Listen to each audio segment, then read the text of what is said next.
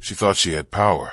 She thought she could walk onto someone else's property, twist the handle of a door that was never hers, and call the police when it didn't open. To her, this wasn't trespassing, it was control. But what she didn't know was that the man whose door she yanked on wasn't just another black homeowner dealing with an entitled neighbor. This time, the so-called HOA Karen had stepped into a storm she could never control, because behind that door, and in the shadows of her false 911 call, waited a truth she would never see coming. It began like many evenings in this quiet suburban neighborhood. James Carter, a retired postal worker and proud father, had settled into his life on a small but well-kept property. His house wasn't fancy, but it was a warm, brick-front home, surrounded by flower beds his late wife had planted years earlier. Every rose bush, every patch of trimmed grass carried her memory. For James, this wasn't just a house. It was the last piece of family history he could still touch. The neighborhood itself had changed over the years. Once quiet and welcoming, it had slowly been overtaken by an aggressive HOA board, eager to dictate every blade of grass, every paint color, and every neighborly interaction. James had heard stories, warnings even, about one of the board members, a woman known only by whispers as the enforcer. Her name was Karen, and she carried her title like a badge. Always watching, always criticizing, always convinced she was the protector of community standards. But James wasn't one to be bullied. He paid his dues, kept his yard in good shape, and minded his own business. To him, home ownership was about peace, not conflict. Yet peace has a way of attracting those who despise it. And so, one warm evening, while James was inside preparing a quiet dinner, the sound of gravel crunching outside announced her arrival. Karen had pulled up in her SUV, marching straight toward his porch with determination etched into every step. What followed would turn a simple evening into a confrontation that exposed not only her entitlement, but the raw prejudice buried beneath it. At first, James didn't even notice. From his kitchen, he could hear faint thuds, boots on his porch, the creak of his front step. Then came the rattle of his door handle. Slow, sharp, aggressive. He froze. Who would be trying to open his front door without knocking? Walking carefully to the front hallway, James peeked through the narrow glass beside the door. And there she was, Karen, standing with one hand on her hip and the other jerking his door handle, her face twisted in frustration. James opened the inner curtain, but stayed silent. He wanted to see what she would do. After a few seconds, Karen stepped back and pulled out her phone. Her voice rang through the evening air. Loud, accusing. "Yes, I'd like to report a suspicious situation," she said, pacing his porch. "There's a house here, door locked, but something feels off. I don't think this man should even be living here." James's chest tightened. She wasn't just meddling. She was weaponizing suspicion.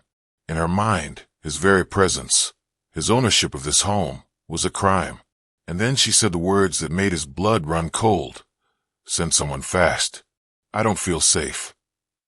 Safe. She was on his porch. She was trespassing.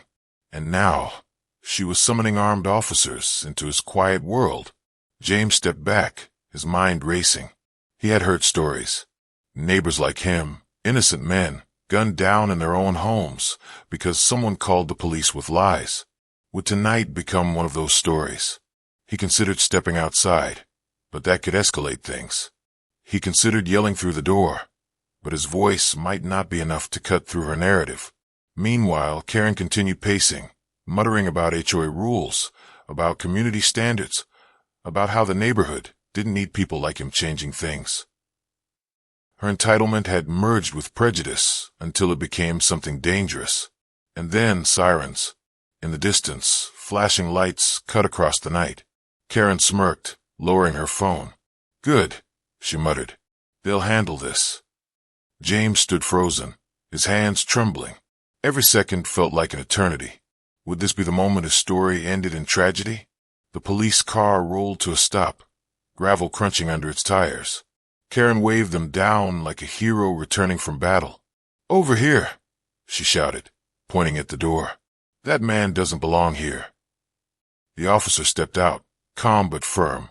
He adjusted his hat, his uniform crisp against the setting sun, and as he walked toward James's house, Karen's face lit up in triumph. But then her triumph cracked, because as the officer drew closer, recognition flickered in James's eyes. This wasn't just any officer. It was Marcus Carter, James's son. Marcus approached with steady steps, his expression unreadable. The flashing lights reflected in his eyes as he stopped in front of Karen. "You called?" he asked flatly. Karen jumped at the chance to explain. Yes, officer. Finally, this man is inside this house. He locked the door on me, and I'm sure something's wrong. He doesn't belong here. I mean, just look." She gestured dramatically toward James's front door. Marcus didn't glance at the door. Instead, he studied her. Silent, measuring. "Ma'am," he finally said, "can you explain what made you believe he doesn't belong here?" Karen's words tumbled over themselves. "Well, this neighborhood has rules, and I've seen him here, but honestly, it doesn't feel right. He doesn't fit. And now the door is locked. Why would he lock it unless he was hiding something?" Marcus's jaw tightened. He looked toward the door, where his father now stood in the shadows, watching carefully. "Ma'am," Marcus said slowly, "the man behind that door has lived here longer than you've even been on this block. He pays his dues. He tends his yard. And most importantly, he's my father." Karen froze. Her face drained of color. The smirk vanished, replaced with stammering disbelief. "Your father?" Marcus nodded once, firmly. "Yes, my father. And what you've done tonight isn't just trespassing. It's dangerous. You put his life at risk with a false report. Do you understand what could have happened if another officer had come instead of me?" Karen's lips parted, but no words came. For once, her certainty, her superiority, collapsed into silence. Marcus stepped closer, his voice sharp but steady. "You weaponized fear. You used your power to paint an innocent man as a threat. That's not protecting this community. That's poisoning it." The tension in the air was suffocating. Karen lowered her eyes, suddenly small against the enormity of her actions. And in that moment, James opened his door. The father and son stood together, united not just by blood, but by the truth Karen had tried to erase. The night ended without violence, but the weight of what had almost happened lingered heavy in the air. Karen left, her retreating figure a portrait of someone who had believed she was untouchable, until reality held up a mirror. Inside, James sank into his chair, exhaustion pressing against his chest. Marcus sat across from him, the glow of the patrol car fading outside. For James, the fear had been real, palpable, but so was the pride. His son had stood firm, not only as an officer of the law, but as a son protecting his father's dignity. The community buzzed for weeks after the incident. Whispers traveled fast. How Karen had crossed a line, how her attempt to enforce had turned into humiliation. Some neighbors defended her. Others quietly admitted they had looked the other way for too long. But for James, the lesson was stark. Safety wasn't just about locks and doors. It was about the narratives people carried, the biases they wielded like weapons. A locked door had been all it took to expose those truths. And for Marcus, the incident reminded him of why he wore the badge.